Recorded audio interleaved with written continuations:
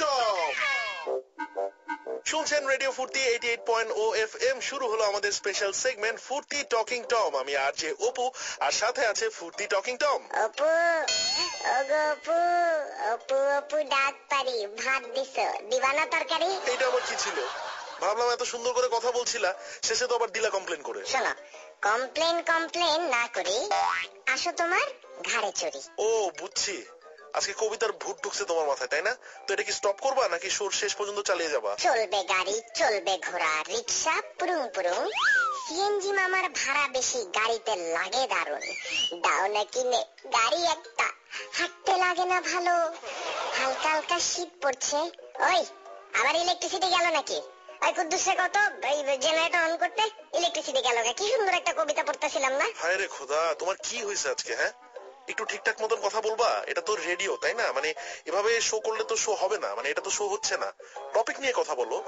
অপু, বুঝো না তুমি কিছু। চলো তো, আজকে থেকে কোনো তর্ক করবো না, কোনো ঝগড়া না। হ্যাঁ, আমরা ভালোবাসা দিয়ে কথা বলবো। হ্যাঁ, আজকে একটা আজকে বুঝলাম যে কত মানুষ আমাদের শো শুনে, বুঝো না ওরা কি ভাববে যে এই দুইজন মানুষ অলওয়েজ ঝগড়া করে, খোঁচাখুচি করে এই শো গুলা কন্টিনিউ করে। জিনিসটা খারাপ না। ঠিক আছে, এটাই ভালো। ঝগড়া করে কার কি হয়েছে, তাই না? আর শুনছি ঝগড়া করলে নাকি ভালোবাসা বাড়ে। ও, এর জন্যই ঢাকায় এত বেশি বাসা। চিন্তা করছো কি অবস্থা? মানে ঢাকায় বাসা বাড়ার সাথে আবার ভালোবাসার কি সম্পর্ক? এখন যদি এভাবে কথা কও তাইলে তো মনে করো ঝগড়া হইব তোমার সাথে, তাই না? তুমি কইলা ঝগড়া করলে নাকি ভালোবাসা বাড়ে, তাই কইছো না? তাই কইলাম যে মনে করো ঢাকায় কত মানুষ ঝগড়া করে, চিন্তা করো। এই যে দেখো না কত ঘর বাড়ি বেশি হয়েছে না? আচ্ছা ঠিক আছে, বুঝছি, কি আর করা। তাহলে এক কাজ করি, এখন একটা গান প্লে করি, তারপর আবার ফিরে এসে তোমার সাথে গল্প করবো, ঠিক আছে? ঠিক আছে, দাও তুমি, আমিও ততক্ষণে রেডিও আসি। একটা ব্যাপার আছে না?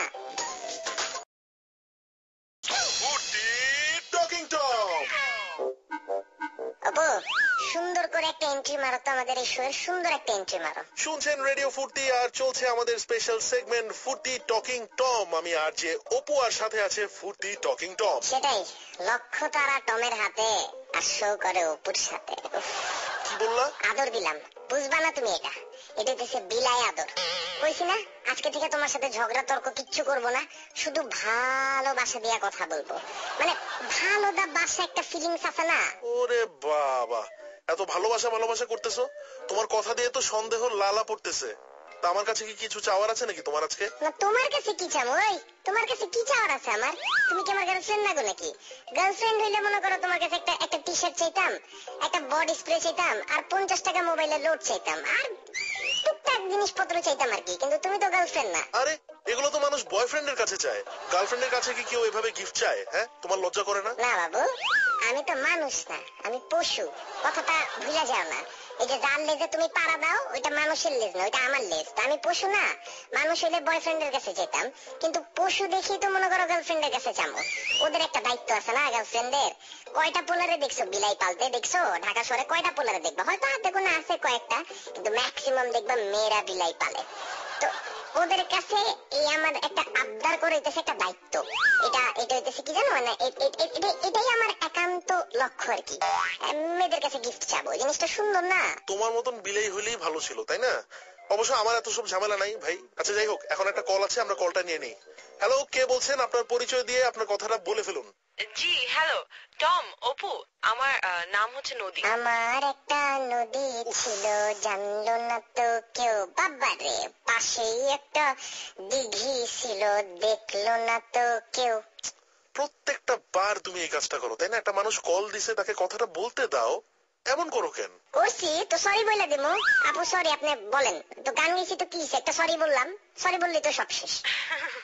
না না না, ইটস ওকে। আচ্ছা যাই হোক, আমার বয়ফ্রেন্ড। এক মিনিট। আচ্ছা টম, উনার নাম যদি নদী হয়, তাহলে উনার বয়ফ্রেন্ডের নাম কি বলতো? না, কেমনে কমো? সমুদ্র। লল, এই না একটা বিস্কুট খাও। নদী আপু, এটা আমাদের ইন্টারনাল জোক। হ্যাঁ, you please don't the mind, this is our internal joke আর কি। You continue please. আসলে আমার বয়ফ্রেন্ড প্রত্যেকদিন রাতে আমাকে ফোন দিয়ে সারা রাত তার কথা বলতে হবে। এটা আমাকে ঘুমাতে দিচ্ছে না ও। তো এটাতে না আমার চোখের নিচে ডার্ক সার্কেলস পড়ে যাচ্ছে। কি করব আমি? বলবেন আপনার আম্মা আপনার চোখের নিচের কালি দেখে আপনার সাথে রাত্রে ঘুমাইতে আসে আর কি যত্ন নিতে চায়, বুঝলেন না? একটা ব্যাপার আছে না, মায়ের একটা দায়িত্ব আছে না, এটা বয়ফ্রেন্ডকে বুঝাই বলবেন। এরপর আপনি আবার এটাও বললেন যে জান আমি তোমার সাথে কথা না বলে থাকতে পারবো না, আম্মু থাকলেও কথা বলবো। বাট কথাটা বলবেন কি জানেন? ফিস ফিস করে, যে এরকম একটা কথা বললে কি ছেলেদের কানে বিরক্ত লাগে।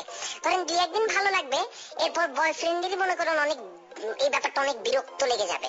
আপনি মেয়ে মানুষ, এগুলো কি শিখা দেওয়া লাগে নাকি? জান এই ওষুধ দিলাম, টানা 7 দিন চালাবেন, সব ফিক্স হয়ে যাবে। ও থ্যাংক ইউ। মানে কি না কি তুমি বললা আর এর জন্য একটা থ্যাংক ইউ পেলা, তাই না? তুমি কিভাবে জানো যে ফিস ফিস করে কথা বললে ছেলেরা বিরক্ত হবে? অভিজ্ঞ বিলাই আমি। হ্যাঁ, সবকিছু ডিটেলসে বলা যাবে না, একটা মানিজ্যতার ব্যাপার আছে না। একটা গান প্লে দাও, যাও। ওকে, চলুন তাহলে এখন শুনে ফেলি আরো একটি অসাধারণ গান।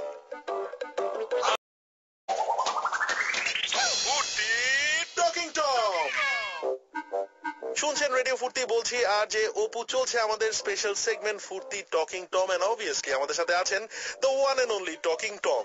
টম, আজকে কিন্তু শো করে বেশ ভালো লাগছে, মানে মজা পাচ্ছি আর কি আমি। এই যে তুমি কোনো ঝগড়াঝাটি করছো না, পিঞ্চ দিচ্ছ না, মানে এভাবে করলেই তো ভালো হয়, তাই না? ঠিক কইছো, কিন্তু আমারও ভালো লাগতেছে। তুমি আমার সব কথা একমত হইতেছো, এটা কিন্তু বিশাল একটা ব্যাপার। আরে একমত হলাম কখন? তোমার কথাবার্তার তো কোনো আগা মাথা নাই। ঝগড়া যাতে না হয় সেজন্য চুপচাপ আছি আর কি, মানে চুপ করেই সব শুনছি তোমার কথা। কথাবার্তার আগা মাথা থাকবে কেন? কি কই সব কথাবার্তা কি কোনো ফল সবজি নাকি এগুলা? অপু তোমাকে একটা না টম, একটা দুটা আর কিচ্ছু লাগবে না। তোমার কাছে তো একটা জিনিসই চেয়েছি, তাই না? যে খোঁচাখুচি করো না। মানে এই একটা জিনিস কি তুমি দিতে পারবে না? মানে নিশ্চয়ই পারবা। তাই না? বাবা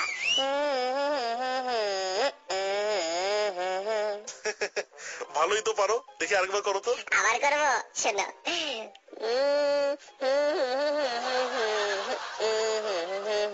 বাবা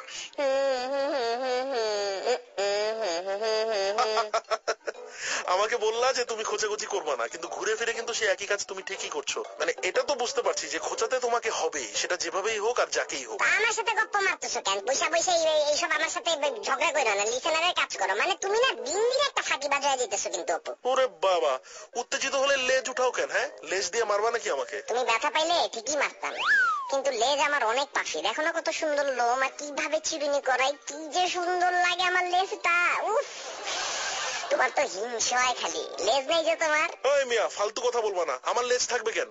আর তোমারও তো অনেক তেল বেশি, তাই না? তোমার লেজে আবার চিরুনি করতে হয়, কত রং তোমার, কত ঢং। এই যে আমার প্রেস্টিজ ডাউন করলো না তুমি? নেক্সট এপিসোডে দেখো কি করি। মানুষ তুমি, তোমার কেন আমার মতন মন, বাবা রে নাই রে নাই রে নাই রে তোমার ভালোবাসার মন। ঠিক আছে, দেখবো নে। শো শেষ করি, তারপর তোমাকে বুঝাচ্ছি। তুমি আমাকে নেক্সট উইক দেখবে না, তোমাকে আমি আজকেই দেখাচ্ছি। অপু আমার লেজ ছাড়া কইলাম, এটা কিন্তু ঠিক হইতাছে না অপু। এখন কেমন লাগে? হ্যাঁ হ্যাঁ, এখন কেমন লাগে?